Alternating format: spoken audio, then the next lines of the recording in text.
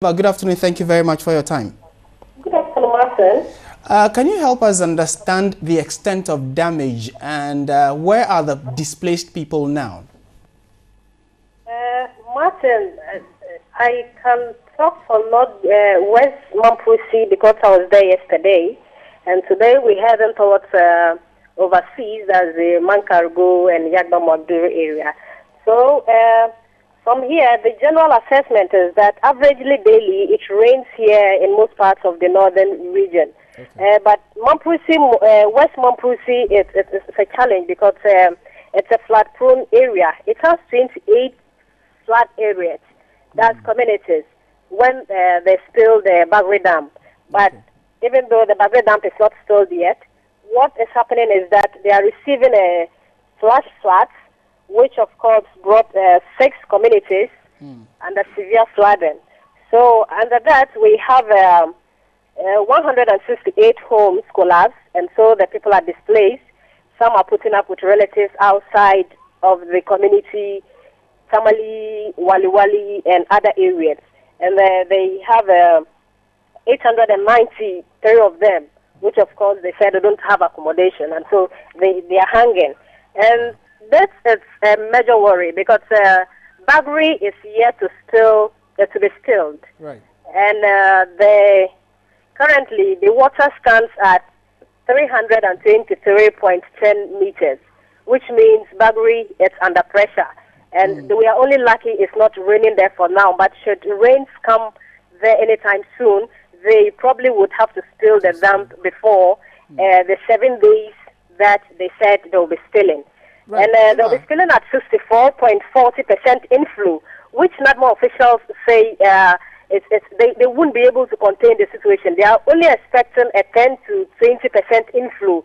And so, because they're already having heavy rains here, they won't be able to contain the situation. But they are yet to communicate to Bagri officials in Burkina Faso to negotiate with them as to whether they can come to a number, a figure lower than the 64.40% inflow. Eva, and just finally and briefly, this is not the first time we've had issues of flooding in these particular areas. Plus, every year, Bagri spills its, opens its spillways. What are the authorities doing with regard to moving the people from these flood-prone areas to probably higher grounds? Or they would wait for them to go back, and then next year we'll be singing the same chorus? Exactly. I asked the district NADMO director and coordinator, what he told me. It's they've been fighting a cause that has not seen any results over the years. Okay. It's something that has been happening. They are thinking if they happen to have reservoirs around the West Mampusi area, that would contain the situation. But as it stands, nothing has been done. There isn't any water storage system or facility around there. And so the rains come, and you would find areas flooded, and in the next 2 months, the people are stranded looking for water. So I understand SADA is planning on constructing a multi-purpose dam around Nabogu, which of course would help contain the flood waters. Thank you very much. I think SADA is working at something, but not more officials. In fact, they say they've been collaborating with the authorities, but they don't seem to be getting any positive way forward.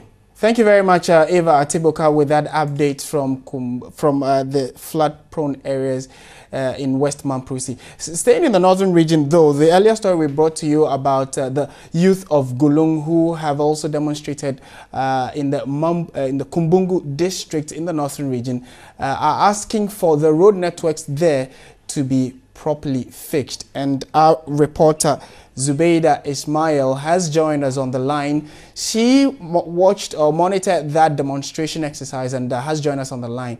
Zubeida, good afternoon. Thank you very much for joining us. Good afternoon, Martin. Has this demonstration ended, and what are the youth saying is their next line of action? Yes, the demonstration has ended, and then the next plan of action is that they are waiting for a response from the district assembly, through which they have petitioned the office of the president, and then they are giving the presidency 1 month ultimatum to respond to them. That is not just by word of mouth, but they want to actually see contractors on the roads. That is the Gbulung Road, the Gbulung Tolong Road. These are the roads that link the community into Tamale and Kumbungu for all trade and healthcare and education, access to all these. And so they are saying that the response shouldn't be a verbal response, but they want to see action. That is seeing contractors on the road and then work commencing soon. Some people have questioned why this time. They say it's because it's a political period. They want to fix the government in a corner. Is that the case, or they've been complaining about these roads for some time now? Well, these roads, since years, have actually never received any work, and so it is not because it is a political season, and so they are putting pressure on government. According to them, they have been doing this for years, and then they've never come out to demonstrate. They only engage the stakeholders, the assembly, the MPs, and the rest. But then this time around, they think that they are being taken for granted, and so they are not going to sit back and just listen to their sugar-coated words. But this time, they actually want to fix the road and then drum home the applied to politicians. Okay, thank you very much, Zubaida Ismail, for that update, and she is our Northern Regional Correspondent.